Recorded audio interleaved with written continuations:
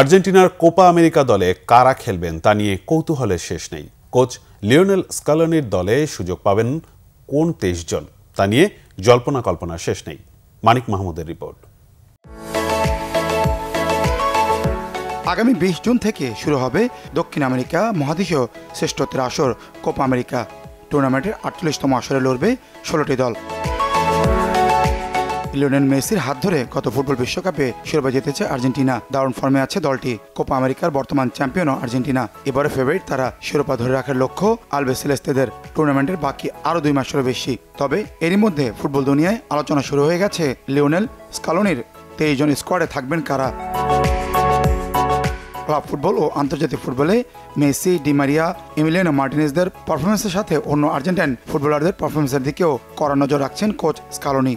এবছর কোপা আমেরিকায় আনা হয়েছে বেশ বড় পরিবর্তন। শুধু দক্ষিণ আমেরিকা নয়, কনকাকাফ বা উত্তর আমেরিকার দলগুলোকেও যুক্ত করেছে কোপা আমেরিকার নিয়ন্ত্রক সংস্থা CONMEBOL. Argentina, Brazil, Chile, Uruguay সহ কনমেবলের 10 দলের সাথে খেলবে যুক্তরাষ্ট্র, মেক্সিকো, কানাডা সহ কনকাকাফের 6 দল। 4টি গ্রুপে লড়বে দলগুলো। আয়োজক মার্কিন যুক্তরাষ্ট্রের 14টি ভেন্যুতে হবে টুর্নামেন্টের ম্যাচগুলো। ফুটবল বিশ্বের নাম্বার 1 দল আর্জেন্টিনার জন্য টুর্নামেন্টের ব্যস্ততা শুরু হবে প্রথম দিন থেকেই। উদ্বোধনী ম্যাচেই কানাডার বিপক্ষে খেলতে নামবে লিওনেল মেসিরা।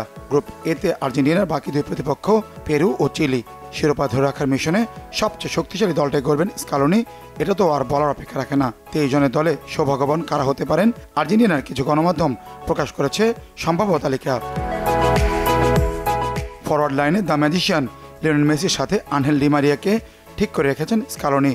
এর সাথে Lautaro Martinez, Julian Alvarez, Paulo Dybala এবং নিকোলাস গঞ্জালেসও প্রায় নিশ্চিত। শেষ স্পটের জন্য লড়বেন আলেহান্দ্রো গার্নাচো ও ফাকুন্দো বোনান্তে। মিডফিল্ডারের মধ্যে আছেন Enzo Fernandez, Alexis Mac Allister, Rodrigo De Paul, Leandro Paredes ও Giovani Lo Celso. Guido Rodriguez ও এজাকুয়েল পালসিয়াস ইনজুরি আক্রান্ত।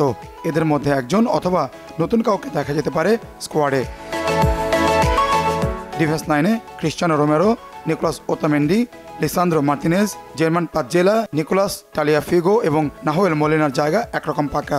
স্কালোনি স্কোয়াডে আরও একজন ডিফেন্ডার কে হবেন তা বাছাই করা হবে গঞ্জালো মন্তিয়াল, মার্কোস আকুনা ও নেহুয়েন পেরেজের মধ্য থেকে।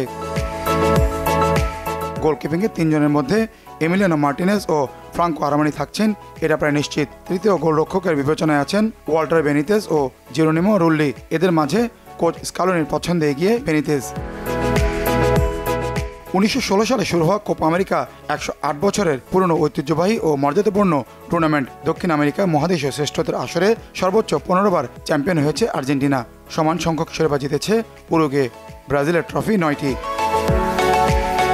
মানিক Mahmud, Bangla Vision, sports desk.